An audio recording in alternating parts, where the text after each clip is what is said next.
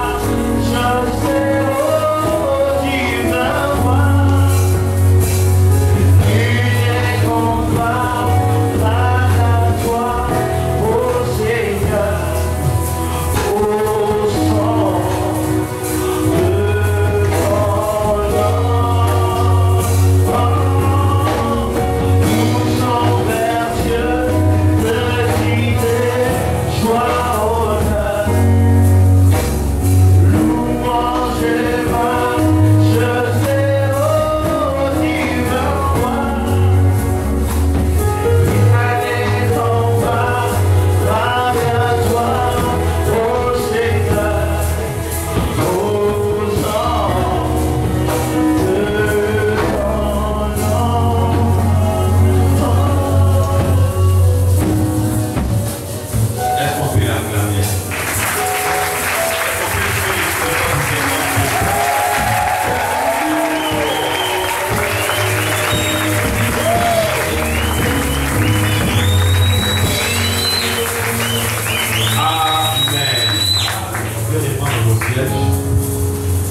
Est-ce qu'il y a possibilité de terminer votre place? Que Dieu soit glorifié. Et tu dois être convergé vers le Seigneur. Et tu dois être christocentré. Alléluia. Si Dieu se réjouit, c'est d'abord qu'il va penser à l'homme. Si Dieu se réjouit dans ta adoration, il va penser à l'homme. Amen. Ok, nous bénissons Dieu pour ces dimanches. Et encore plus pour votre présence en ces lieux. Il y a un frère qui a offert à l'église cette montre. À ma droite. Je me suis dit, ça peut corriger les pasteurs. J'ai oublié que la montre soit absente de l'assemblée. Alléluia. Nous lui disons un grand merci pour cela, que Dieu te bénisse encore davantage. Et aujourd'hui, c'est pas moi qui vais apporter la parole. Notre père, le pasteur Denis, nous a recommandé l'un de ses amis. Il est pasteur ici en Belgique. Nous avons prêché plus d'une fois, même une fois dans l'une de nos campagnes d'évangélisation. Plus d'une fois. Une fois dans une des campagnes d'évangélisation. Là, il s'agit plutôt du pasteur Panzo. Je prierai de s'avancer. Est-ce qu'on peut encore parler de ça?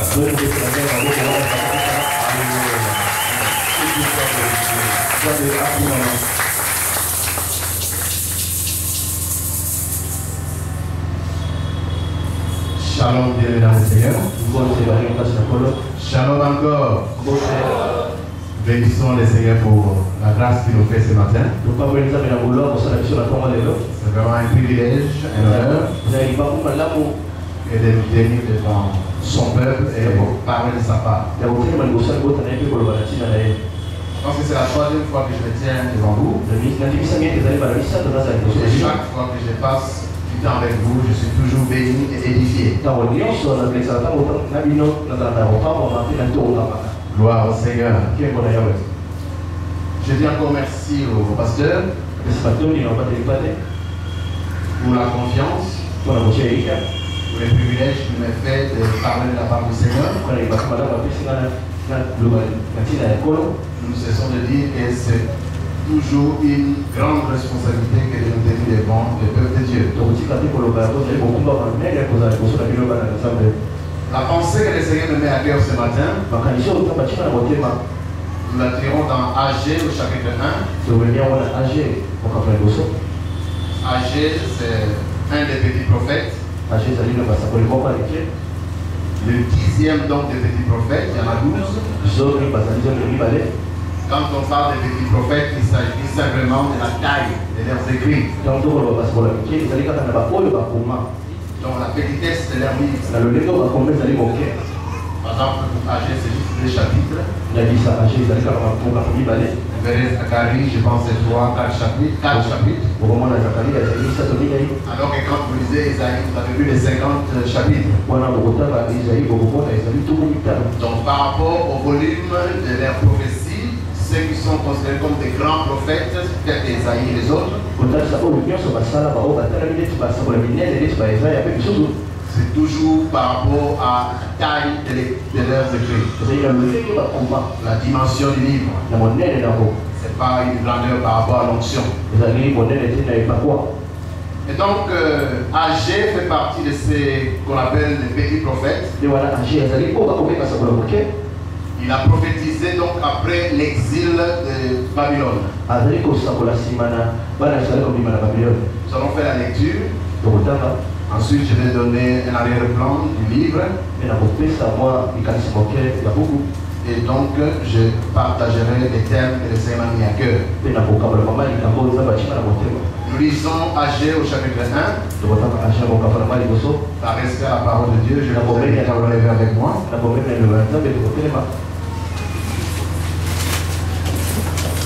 Agé chapitre 1, il est dit ceci. La deuxième année du roi Darius, les premiers jours du 6e mois, la parole de l'Éternel fut adressée à Agé, le prophète. La parole fut adressée par Agé, le prophète, à Zorobabel, fils de Chaziel, gouverneur de Juda, et à Josué, fils de Josadak, le souverain sacrificateur, en ces mots. Ainsi parle l'Éternel des armées. Ce peuple dit, le temps n'est pas encore venu. Le temps de rebâtir la maison de l'Éternel. C'est pourquoi la parole de l'Éternel leur fut adressée par Agé, le prophète, en ces mots. Est-ce le temps pour vous d'habiter vos demeures lambrissées quand cette maison est détruite? Ainsi parle maintenant l'Éternel des armées. Considérez attentivement vos voies. Verset 6. Vous semez beaucoup et vous recueillez peu. Vous mangez et vous n'êtes pas rassasiés. Vous buvez et vous n'êtes pas désaltérés. Vous êtes vêtus et vous n'avez pas chaud. Le salaire de celui qui est à page tombe dans un sac percé. Ainsi parle l'Éternel des armées. Considérez attentivement vos voies. Montez sur la montagne, apportez du bois et bâtissez la maison. J'en aurai, souligné, j'en aurai de la joie et je serai glorifié. Soulignez ce verset. J'en aurai de la joie et je serai glorifié de l'Éternel. Vous comptiez sur beaucoup. Et voici, vous avez eu peu. Vous l'avez rentré chez vous, mais j'ai soufflé dessus. Ça, avec les enseignements, on appelle les enseignements du dogme spirituel de Rebecca Bryan, on croirait que ce sont les démons, mais c'est Dieu lui-même. C'est Dieu qui souffle sur les richesses qui entrent dans la maison. Parce que sa maison est délaissée. Vous comptez sur beaucoup, et voici, vous avez eu peu. Vous l'avez rentré chez vous, mais j'ai soufflé dessus. Pourquoi? Dit l'Éternel des armées. À cause de ma maison qui est détruite, tandis que vous vous empressez chacun pour sa maison.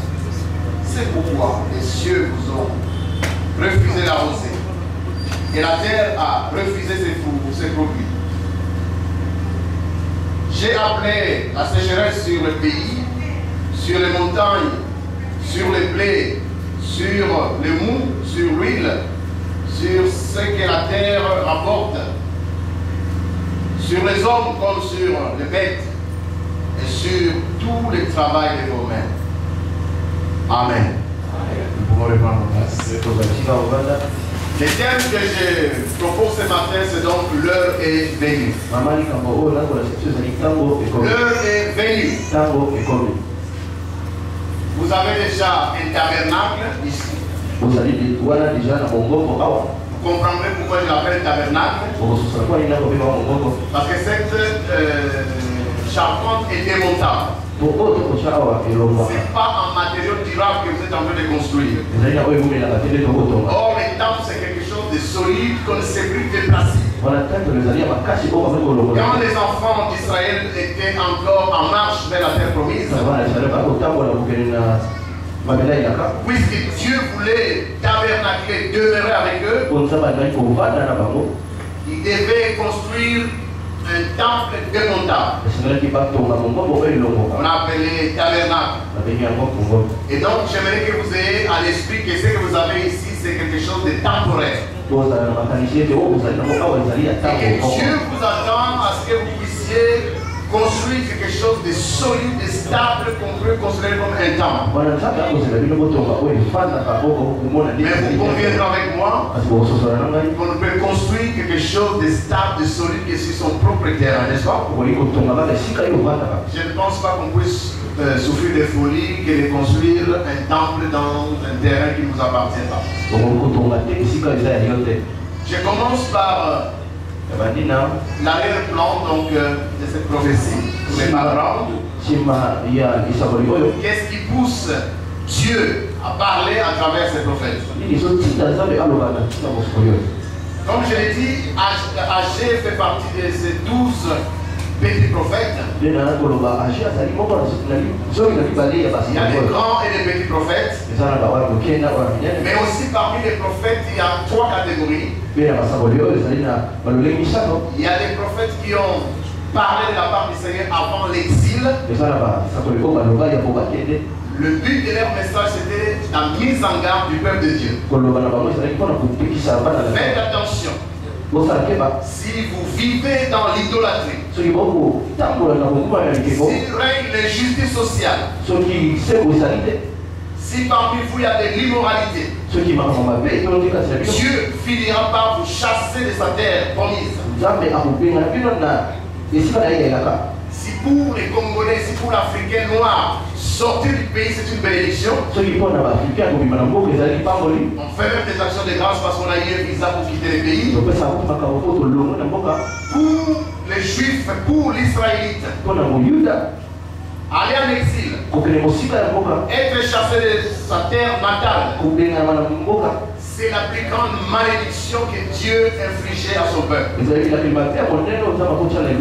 Quand il frappait Israël, et Israël ne changeait pas de conduite, le dernier châtiment que Dieu infligeait à Israël, c'était de les chasser de la terre promise. Ils aillent en exil, qu'ils deviennent esclaves. Et donc, il y a des prophètes qui ont parlé de la part du Seigneur avant l'exil. Comme Dieu, même dans ses châtiments, ne retire point ses compassions, pendant qu'Israël était en exil, il a encore envoyé des prophètes pour consoler son peuple. Daniel et les autres, ils étaient aussi esclaves, mais ils étaient là pour encourager aussi le peuple pendant l'esclavage. Si avant l'esclavage, si avant l'exil, les prophètes mettent en garde contre l'idolâtrie, contre l'injustice sociale, contre l'immoralité,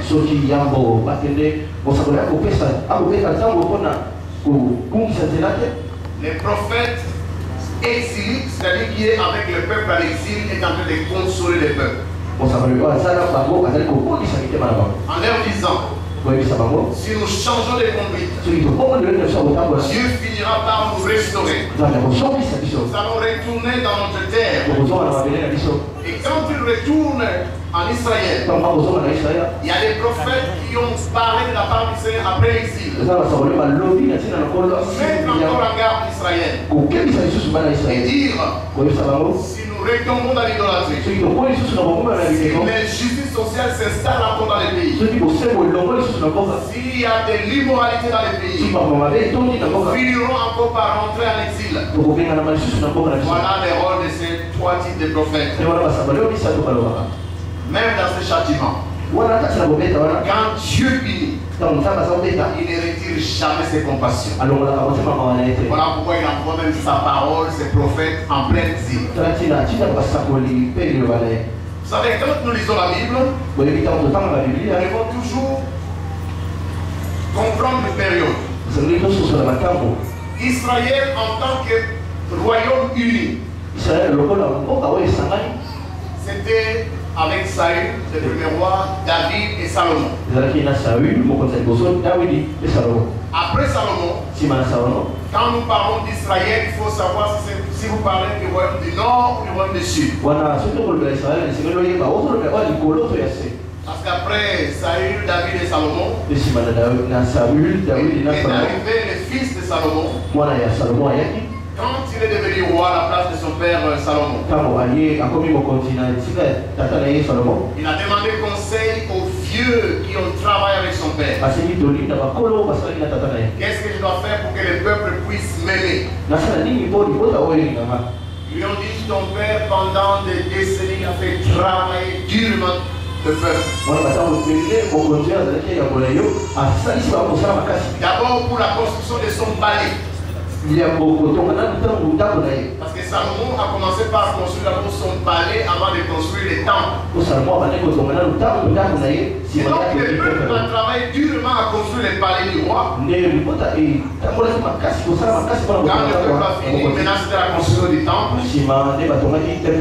Et c'était toujours des impôts, des taxes. Et lui aussi, comme il aimait la fête, le peuple devait beaucoup payer des taxes pour que les rois puissent vivre dans ces conditions-là. Et le peuple était fatigué. Quand Roboam, le fils de Salomon, est arrivé, les vieux qui ont travaillé avec les pères ont dit, si tu veux que le peuple puisse t'aimer, donne du repos au peuple.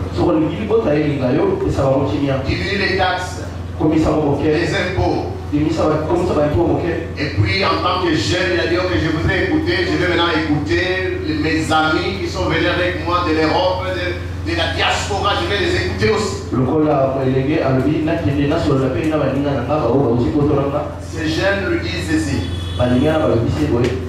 Les vieux là, ils ont travaillé avec les pères. Maintenant c'est notre tour, nous devons bouffer. Dites au peuple. Si mon peuple vous a demandé le doigt ici,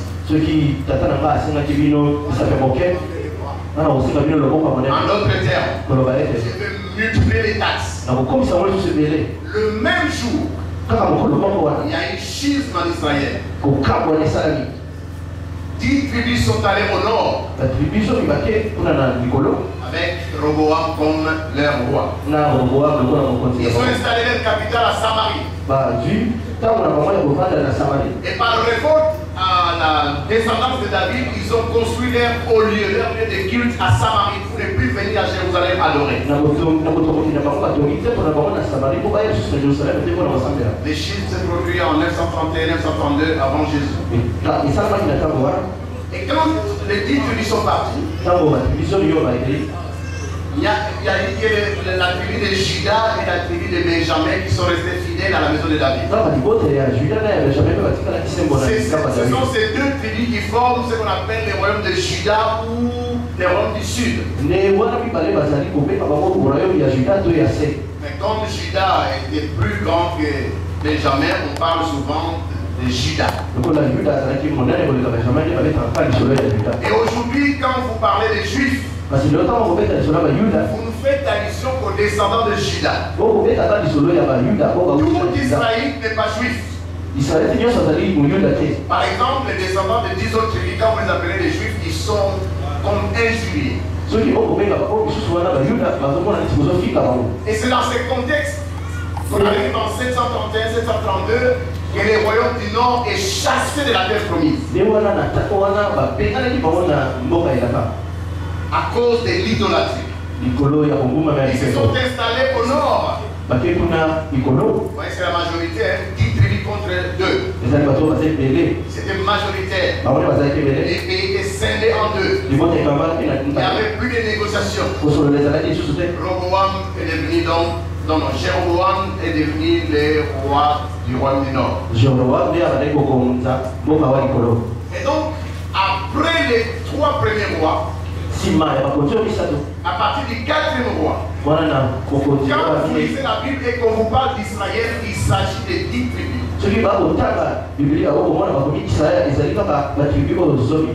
Quand il s'agit de Juda, il s'agit de 2 tribus, Juda et Benjamin. Donc Jérusalem, c'est la capitale du royaume du sud. La ville de David symbolisée par le temple qui manifeste la présence de l'Éternel.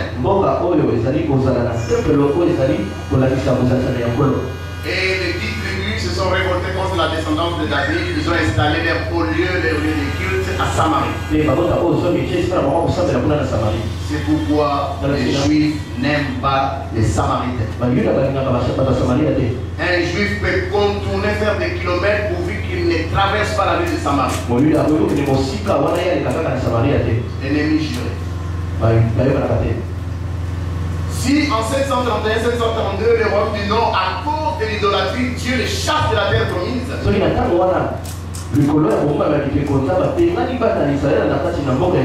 Donc en Israël, nous n'avons plus que les deux tribus, donc le royaume du Sud. Et ils croyaient que comme nous sommes fidèles à la maison de David, nous pouvons même vivre dans les désordres. Dieu sait que nous sommes de la descendance de David. À leur tour aussi, en 586 avant Jésus-Christ, Dieu les chasse de la terre promise. Ils vont à Babylone, ils ont fait 70 ans. Et là, ils ont commencé à chercher l'Éternel avec la consolation des prophètes qui étaient avec eux. On arrive dans du roi Darius. Et Dieu appelle mon serviteur. Lui favorise donc le retour de la diaspora. Et c'est comme ça que les gens qui sont allés en exil, donc les deux tribus, parce que les 10, Dieu les a dispersés, ils ne sont jamais rentrés.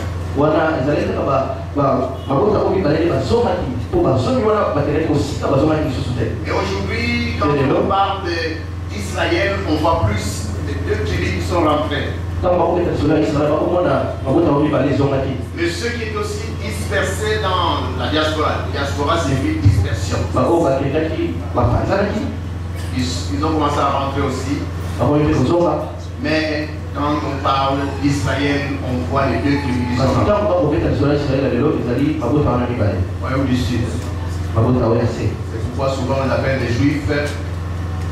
Mais c'est pas bon de les appeler les Juifs.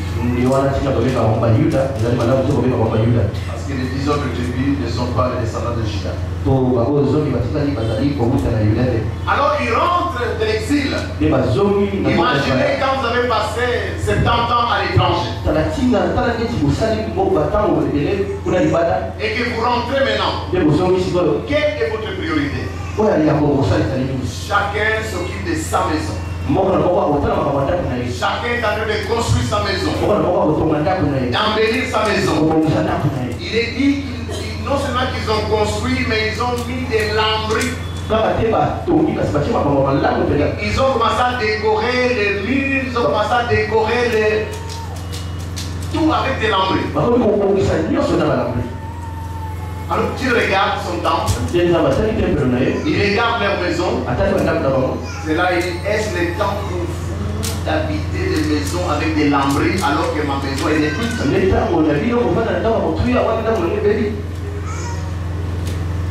Ainsi parle l'Éternel des armées.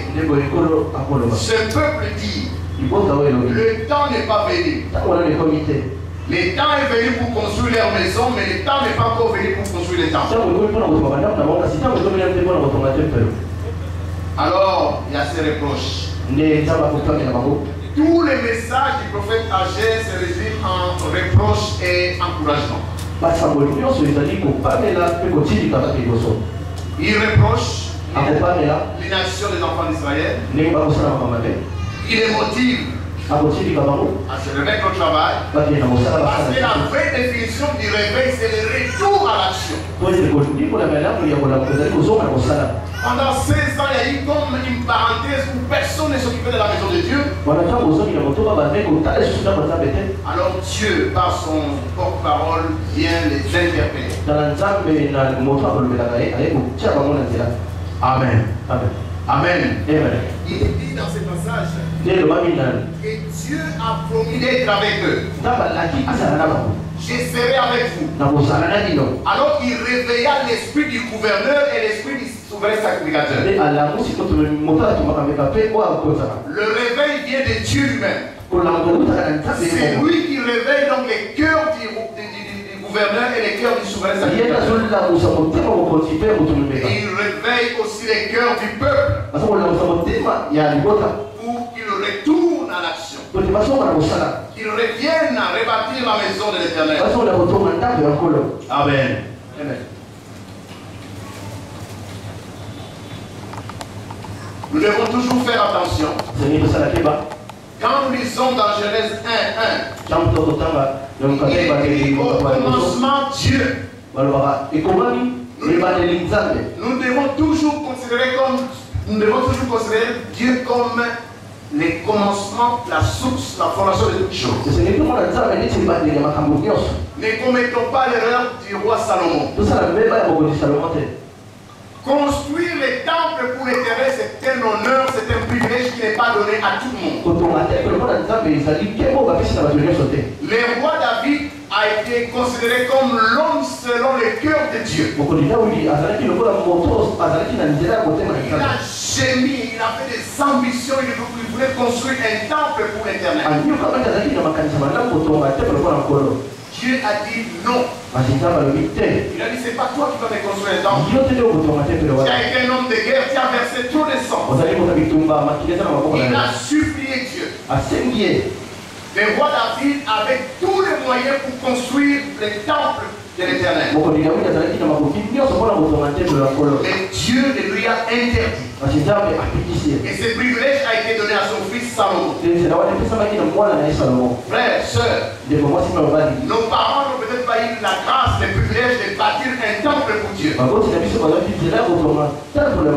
Mais à nous, Dieu fait ses privilèges. Il a privé l'homme selon son cœur de ses privilèges. Il a donné au roi Salomon, alors que dans l'omniscience, il savait que cet homme finirait très mal.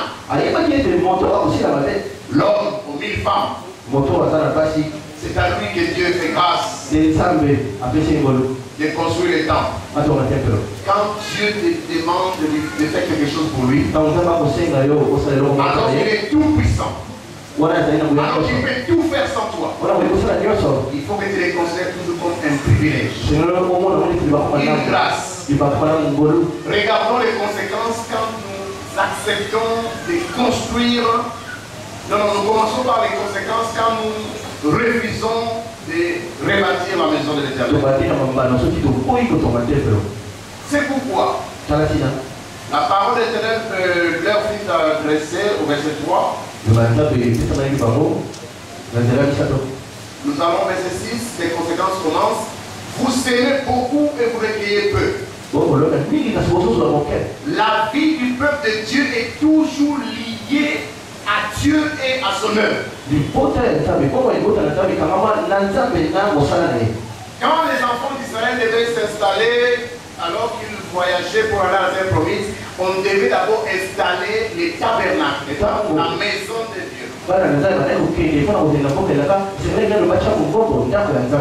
Et donc quand on installait les tabernacles, dans ce temple démontable, quand on avait installé, alors il y a 4 tribus qui se mettaient au nord, 4 au sud, 4 à l'est, 4 à l'ouest. Ils devaient s'installer en fonction de la position du tabernacle. Le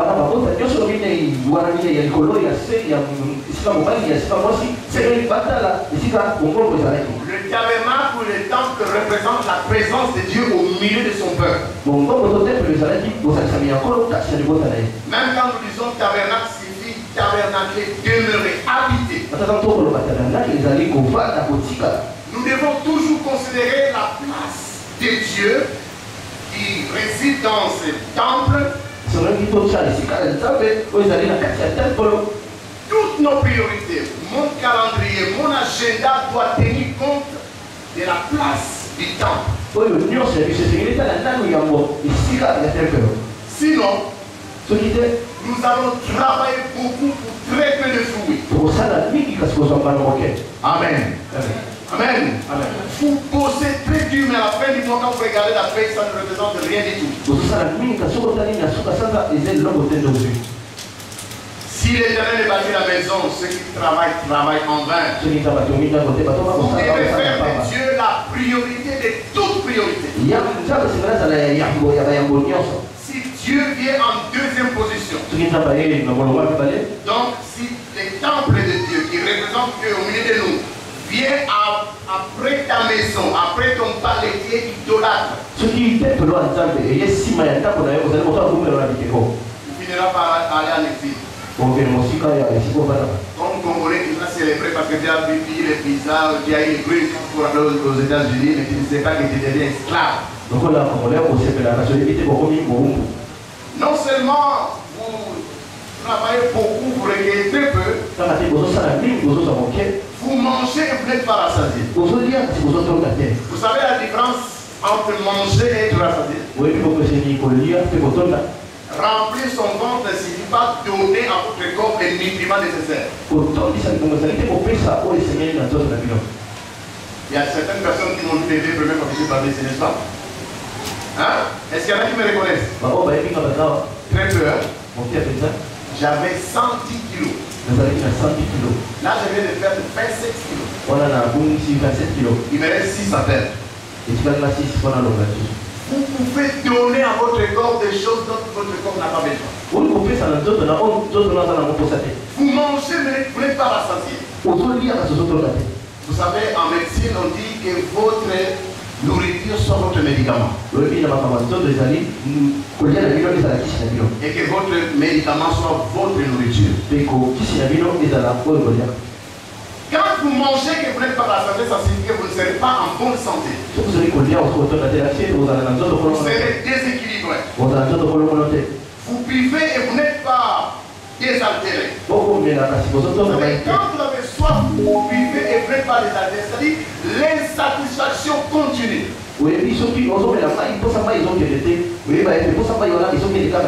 Quand vous étiez jeune, vous disiez, si j'ai fini seulement mes études, vous avez terminé les études. Vous vous trimballez avec votre diplôme en tapant les codes partout. Vous n'avez toujours pas de travail. La jeune fille se disait, si je me marie simplement, je serai la plus heureuse. Vous vous êtes marié. 6 mois après. Vous avez commencé à vous poser des questions si vous avez fait la bonne décision ou pas. Vous vous êtes marié. Si j'ai seulement des enfants, je serai heureuse. Vous avez les enfants, mais vous n'êtes pas satisfait. Si je sors du Congo, je serai bien. Parce que je vis dans un pays où l'électricité n'existe presque pas. Il n'y a pas d'eau courante, il n'y a rien. L'internet, il n'y a pas. Et vous vous dites, si je sors de ce pays, je serai mieux. J'ai rencontré des jeunes filles, des jeunes garçons qui étaient heureux au Congo, qui sont devenus malheureux en Belgique, en France, au Canada, aux États-Unis. C'est l'insatisfaction totale. Or, celui qui est satisfait en Dieu, comme l'apôtre Paul, il va dire ceci: j'ai appris à me contenter de ce que j'ai. J'ai vécu dans l'abondance comme dans la disette. Marié ou célibataire, il est heureux. Et c'est lui qui dit aux gens d'être toujours heureux. Vous connaissez le nom de l'apôtre Paul? Pardon, la femme de l'apôtre Paul? Vous connaissez? Vous avez le nom de ses enfants? Écoutez, il était comblé. Votre satisfaction viendra quand vous serez marié, quand vous aurez des enfants. Vous buvez, vous n'êtes pas désaltéré. Vous mangez, vous n'êtes pas satisfait. Vous travaillez, mais votre salaire tombe comme dans un sac percé. Quel est l'argent? Avant même de commencer le mois, les salaires sont déjà finis. Vous vous posez des questions si vous travaillez vraiment ou pas. Ça n'a rien à voir avec les sorciers de la famille. Rien à voir avec commencer à regarder l'état d'âme de tous les gens qui sont tout autour. Quelle est la place que vous donnez à la maison de Dieu? Est-ce que la maison de Dieu est au centre de votre installation? Le tabernacle est au centre. 4 piliers au nord, 4 au sud, 4 à l'est, 4 à l'ouest. Les 12 piliers étaient installés autour de la maison de Dieu. Toi, dans ton agenda, c'est par accident que tu viens au réunion de l'église. Dans ton calendrier, tu ne tiens pas compte de ce que l'église a comme programme. Bon, ici au Congo, en tout cas, vous êtes à féliciter. Est-ce que vous savez acclamer pour vous-même? vois combien vous êtes engagés aux réunions, 14 jours, 21 jours. Mais prenez ce qui est bon pour vous. T'as vu que j'ai dit? Mettez Dieu au centre. Afin que quand vous allez manger, quand vous aurez les biens matériels que vous cherchez, que vous soyez satisfaits. Amen. Amen. Alors Dieu donne un conseil. Il dit, verset 8, montez sur la montagne, apportez les poids et bâtissez la maison. Si vous faites de la maison de Dieu la priorité, Dieu va se réjouir. Vous savez, quand nous lisons la Bible, nous devons lire la Bible convenablement. Aujourd'hui, pour être réveillé, qu'est-ce qu'on fait? On jeûne, on prie. Moi, je n'ai pas vu quelqu'un dans la Bible qui gênait, qui payait pour être réveillé. Il posait toujours des actions qui faisaient qu'ils sont bénis. Prenez le cas d'Isaac qui veut bénir son fils Esaü. Je vous donne le texte biblique. Genèse 25. Isaac est vieux, il ne voit plus. Il dit, je vais bientôt mourir. Va, prends tes armes, va me chasser un gibier, fais-moi la sauce comme j'aime.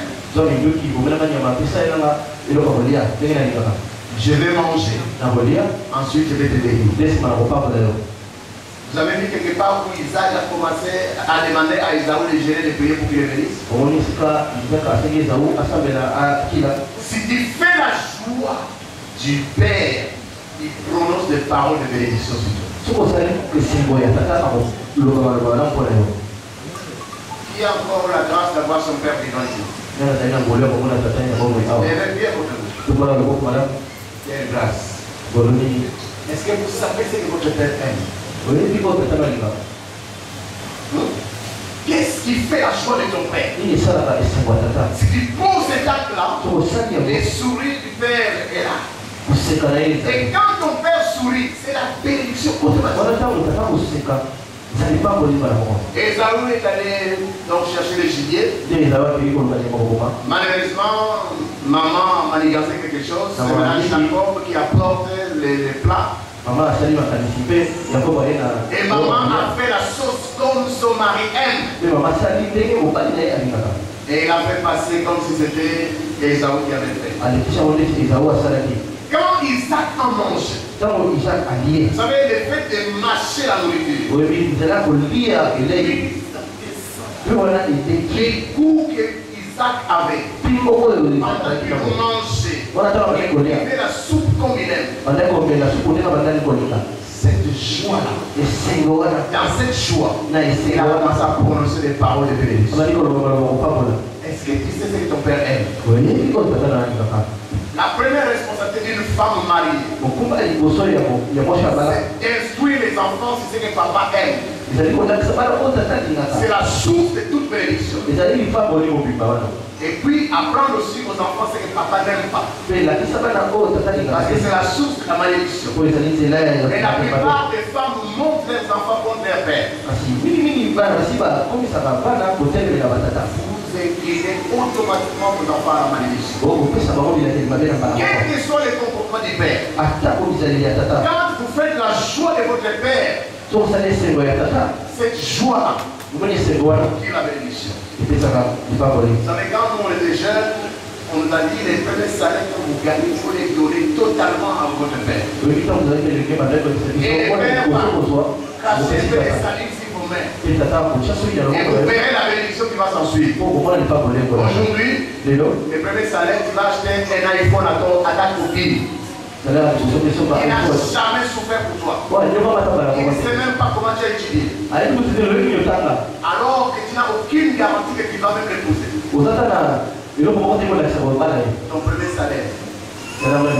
Pense après la joie de ton père. Quand il va avoir cette joie-là, il va prononcer des paroles de bénédiction. Maintenant, ici dans la maison, vous avez un père. Est-ce que vous savez ce que votre père spirituel aime? Pour faire la joie de votre père spirituel que vous appelez Daddy, Daddy, Daddy, est-ce que vous savez ce qu'il aime vraiment? Il n'a pas besoin de jeûner et prier pour que Dieu vous bénisse. Vous avez juste besoin de sortir son sourire. Alors, demandez à la première dame qu'est-ce que papa aime vraiment. Faites ça votre chantier. Faites la joie de votre père. En commençant par le père biologique, bien sûr. Je ne suis pas pour ceux qui pensent que nous devons abandonner nos parents, abandonner nos familles pour nous consacrer à l'église. Ce n'est pas l'évangile de Jésus. Si tu prends soin de l'église et que tu négliges tes parents, tu es pire qu'un païen. Il y a une seule promesse. Parmi les 10 commandements, il y a un seul commandement qui a une promesse. Honore ton père et ta mère pour que tu vives longtemps et que tu sois heureux dans ta vie. J'aimerais qu'en sortant d'ici, tu ailles sonner ta mère si elle est encore vivante. Ou encore que tu cherches parmi tes tantes qu'est-ce que papa aime vraiment. Les parents, ce ne sont pas les grandes choses. Mon père, vous pouviez préparer du poulet, tout ce que vous voulez. Moi, je suis mouillon, donc on a les 3 pièces. Le fondant m'a dit cela. C'est ce qui m'a donné 110 kilos. Maintenant, je ne les prends plus. Vous pouvez faire les 3 pièces. Vous mettez du poulet, vous mettez les maquis, vous faites tout ce que vous voulez. Il va manger. Il va manger. Mais si à la fin il n'a pas son petit café, vous les faites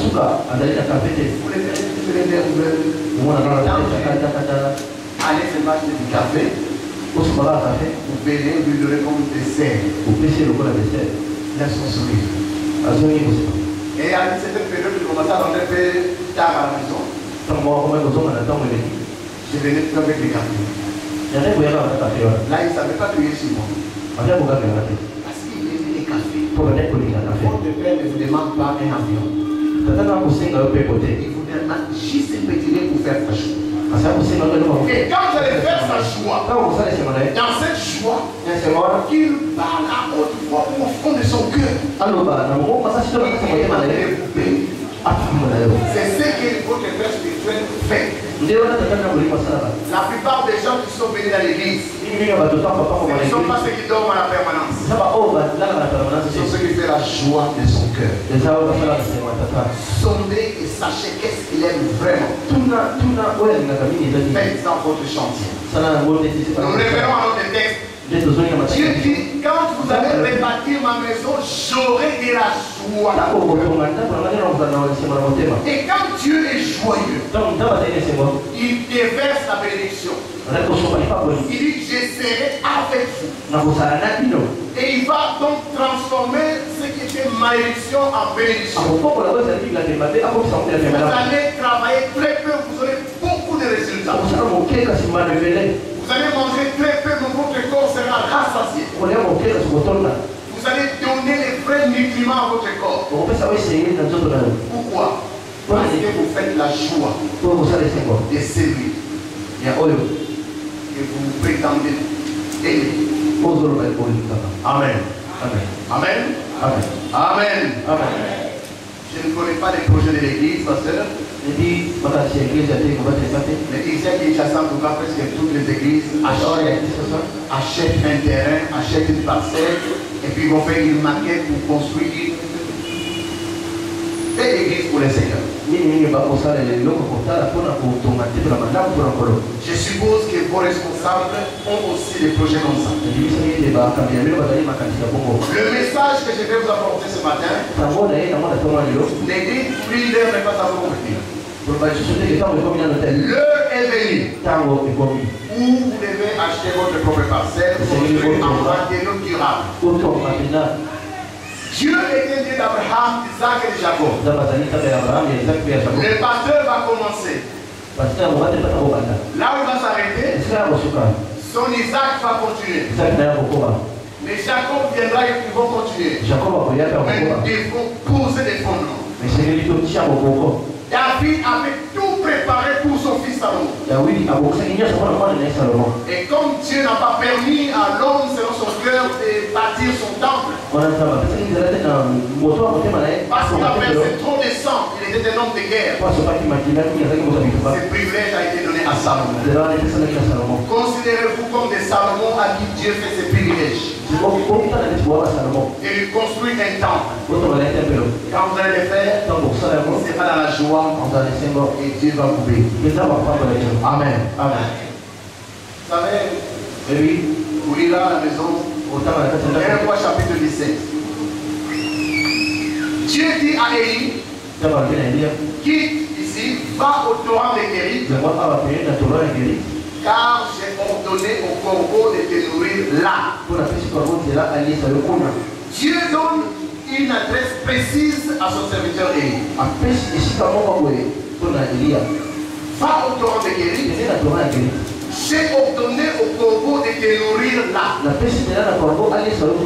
En d'autres termes, si Élie ne va pas au torrent de Kérit, et qu'il va à une autre adresse, la provision de Dieu ne va pas l'atteindre. Il faut être au centre de la volonté de Dieu. Il faut que Dieu vous voie là où il veut vous voir. Va au torrent de Kérit, j'ai ordonné au corbeau de te nourrir, pas ailleurs mais là. Quand Élie est allé au torrent de Kérit, les corbeaux venaient matin, midi et soir lui apportant du pain et de la viande made in heaven.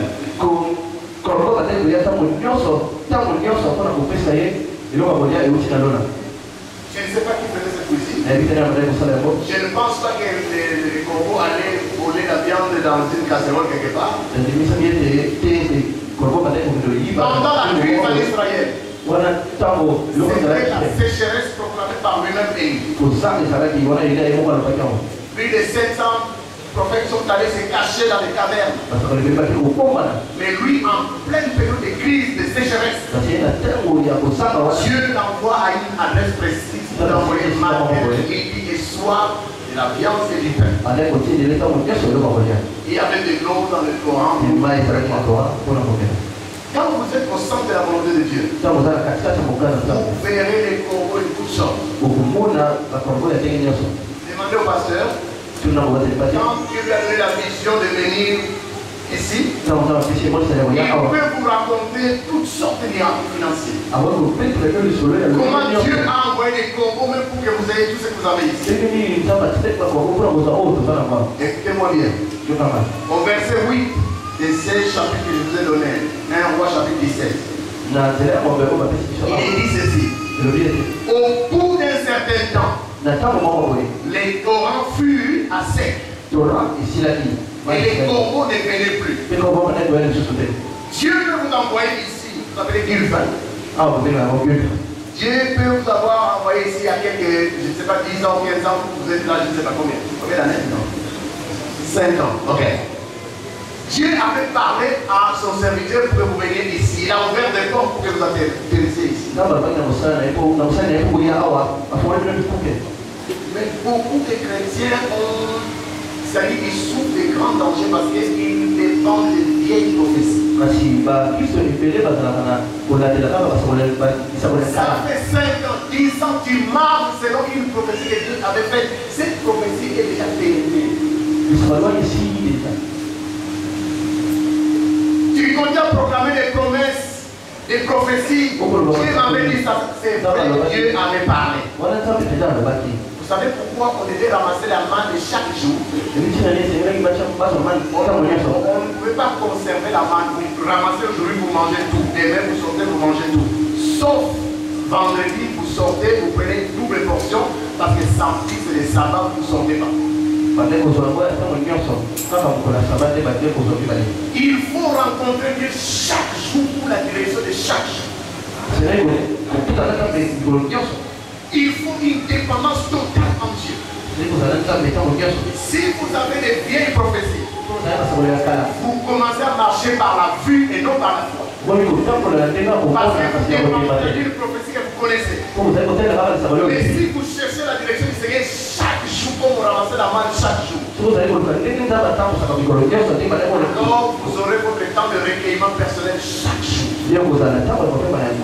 Vous priez, vous lisez la parole de Dieu. C'est pourquoi je suis pour les cultes matinales, mais je ne suis pas pour que les cultes matinales changent chaque jour. Les gens doivent apprendre à développer une relation personnelle avec Dieu, avoir des moments d'intimité seul avec Dieu. Le matin, très tôt matin, Marc 1, très tôt matin, lorsqu'il faisait encore sombre, Jésus avait l'habitude d'aller dans les lieux secrets pour prier. Le culte matinal est bien pour nous encourager nous. Et si chaque jour tu commences la journée avec tout le monde, il y a des choses spécifiques que Dieu veut te dire qui ne te dira pas en groupe. Il a beaucoup de respect pour toi.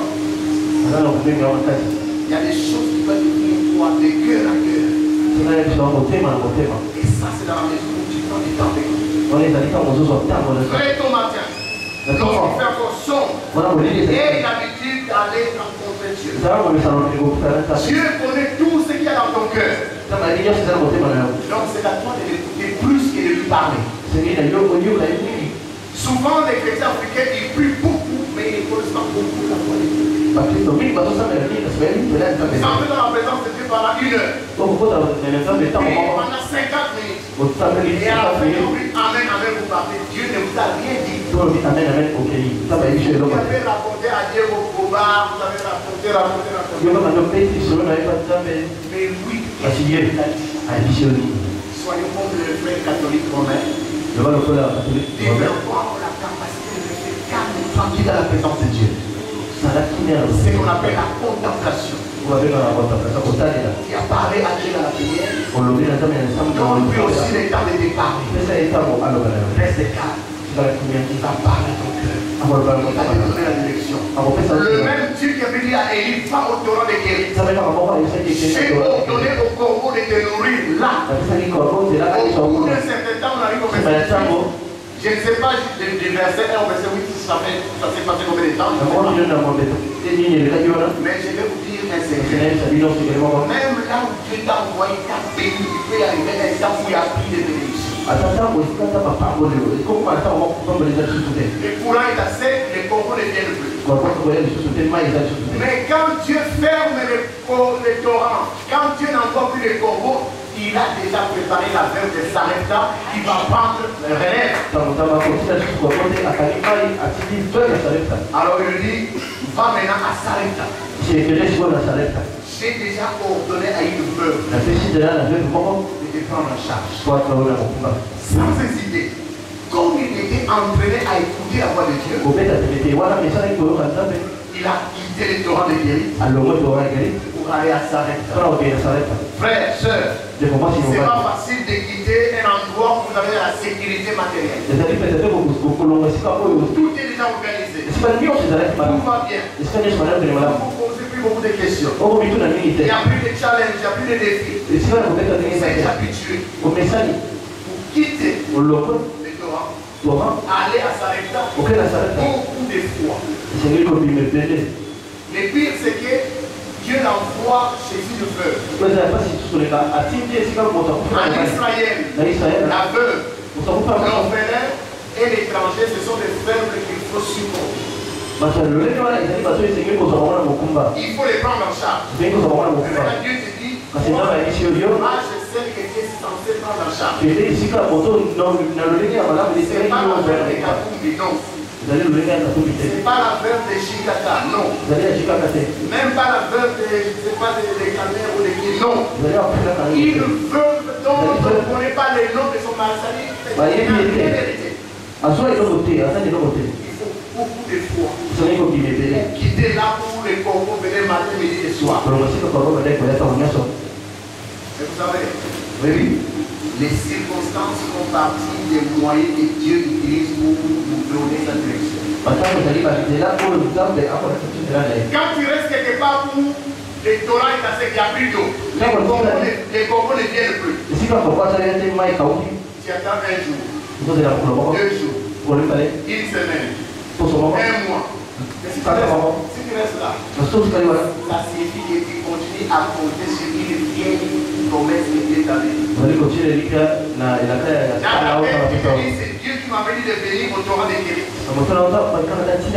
Mais c'est même Dieu quand il t'a dit, va à Sarepta, toi tu vas parce que tu n'as plus le temps de les rencontrer. Tu vas payer, tu vas souffrir. Tu vas commencer à te poser, mais c'est Dieu là qui m'a envoyé. Où est-ce qu'il est? Est-ce qu'il est puissant? Pourquoi il a plus d'eau? Pourquoi les corbeaux ne viennent plus? Justement, Dieu sait que si les corbeaux venaient venir, il y a toujours des autres qui ne vont pas partir. Et il vient te donner un coup de main pour que tu partes. Même sans le vouloir, tu vas partir. Parce que dans ta vie, Dieu a un plan qu'il est en train d'accomplir jusqu'à la mémoire de l'État. Est-ce que vous savez qu'à travers votre vie, il y a des descendances qui sont derrière, et dans ces descendances-là, Dieu a promis s'il y a des rois, s'il y a des présidents.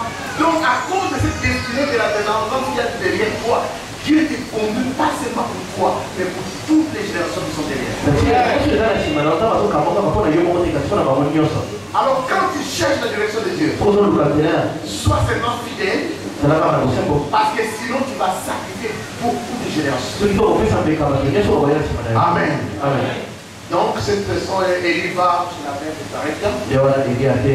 Et la terre a pris la terre. Vous savez, quand Dieu dit à l'église de Philadelphie, j'ai mis devant toi une porte ouverte que personne ne peut fermer.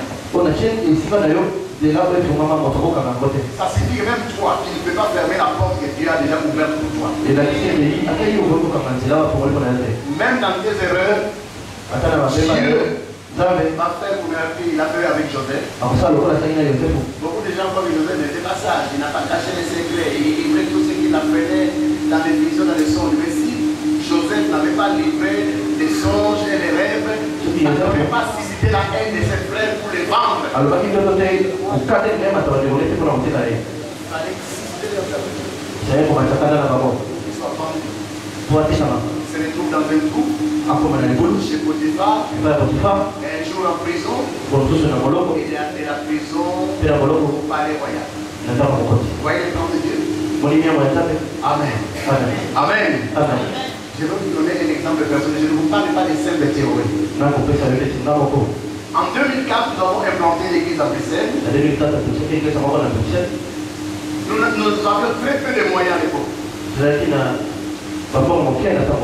Donc on louait avec des chaussées très petites là, il n'y avait même pas de bureau pour les pasteurs, pas même des pièces pour l'école de dimanche.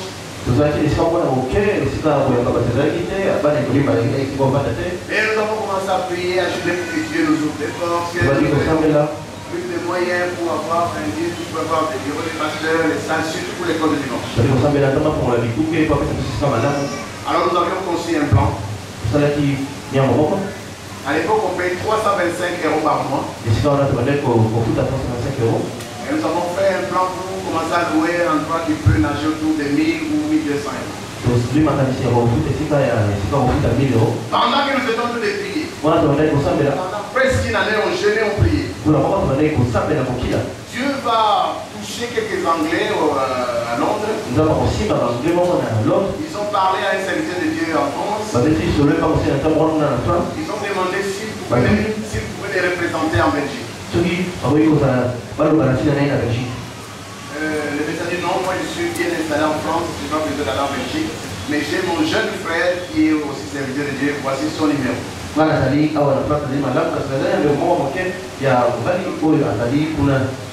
Ici j'ouvre une parenthèse. Ce frère-là, c'est un serviteur de Dieu. Moi je devais étudier à Vaux-sur-Seine en France. J'ai envoyé tous les dossiers, il m'avait inscrit.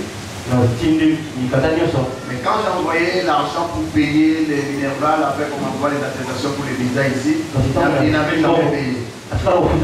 C'est qu'il était dans les besoins, on a utilisé l'argent. Quand je suis allé en Belgique, je lui ai fait un problème. Il m'a remboursé ce qu'il devait rembourser. Et donc, au lieu d'aller à Vaux-sur-Seine en France, je suis allé à l'Institut belge en Belgique.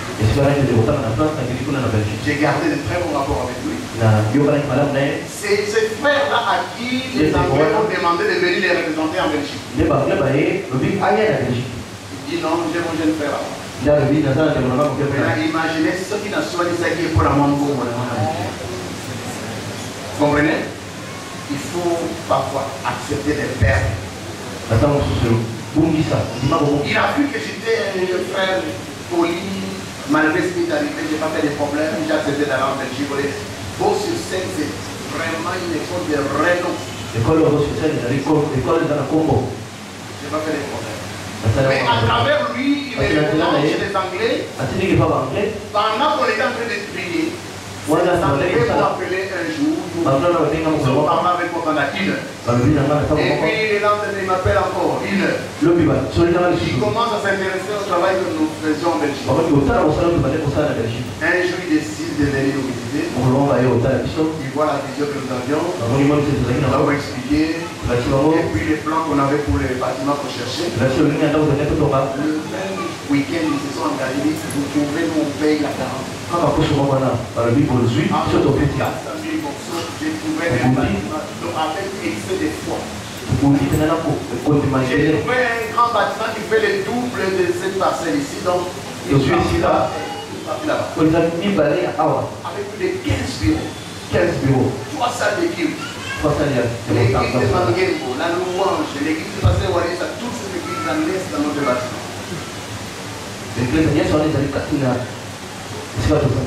Mais quand ils étaient le plus grand, alors je ne sais pas. J'ai des églises anglophones.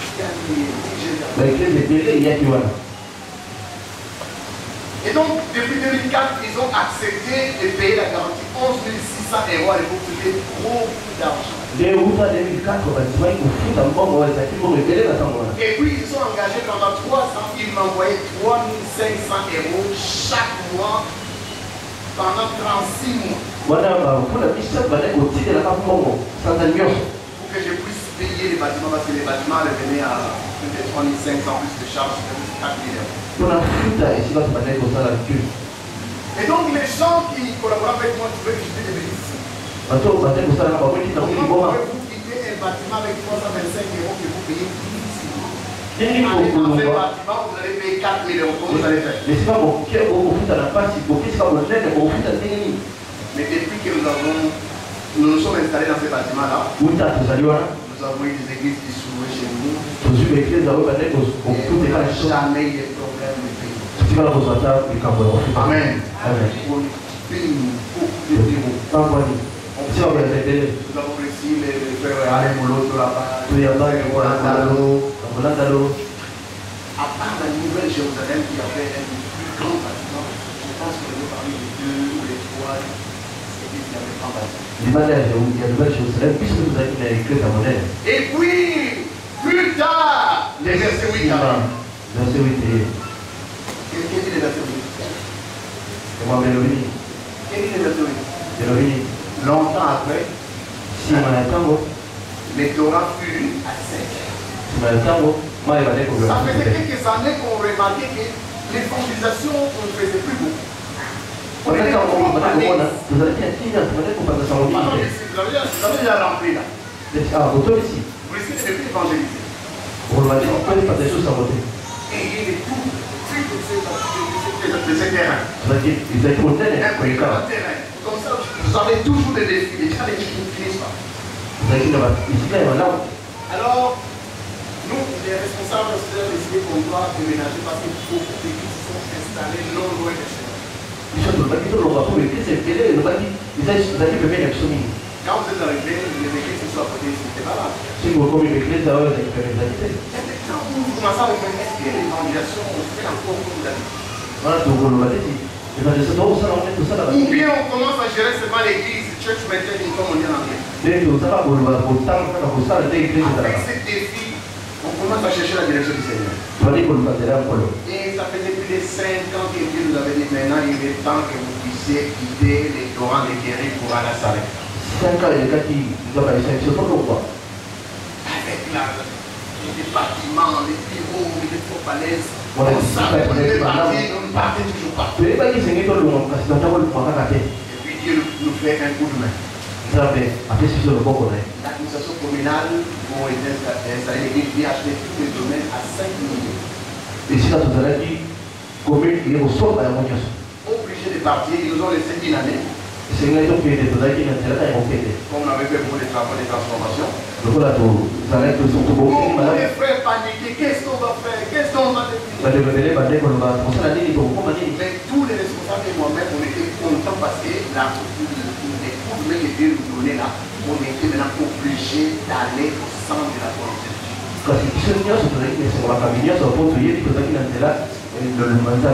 Le 1er octobre 2020, nous nous sommes installés à notre Sarek. Un très beau bâtiment. Amen. Amen. Amen. Nous sommes arrivés à la fin. Qu'est-ce que vous faites pour faire la joie de votre Père par rapport au temple? Pour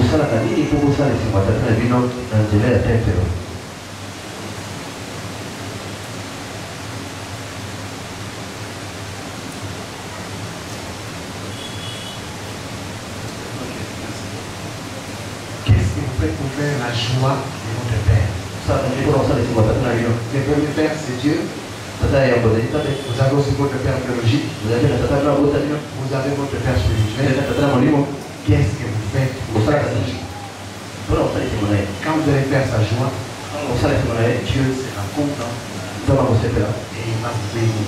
Et cette joie passe par ce que vous faites pour sa maison, pour son œuvre. Nous allons nous incliner dans la paix.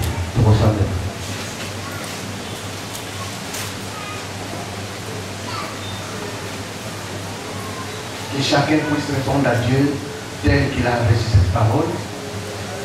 Dans ta vie personnelle, dans ta famille, cette parole est valable aussi. Dans tes projets, dans tes entreprises, cette parole est valable aussi. Qu'est-ce que Dieu dit? Pour ton église, qu'est-ce que Dieu t'a dit ce matin? Que chacun puisse prier au fond de son cœur, répondre à Dieu. Tu vas parler par ta parole, répondre par la prière.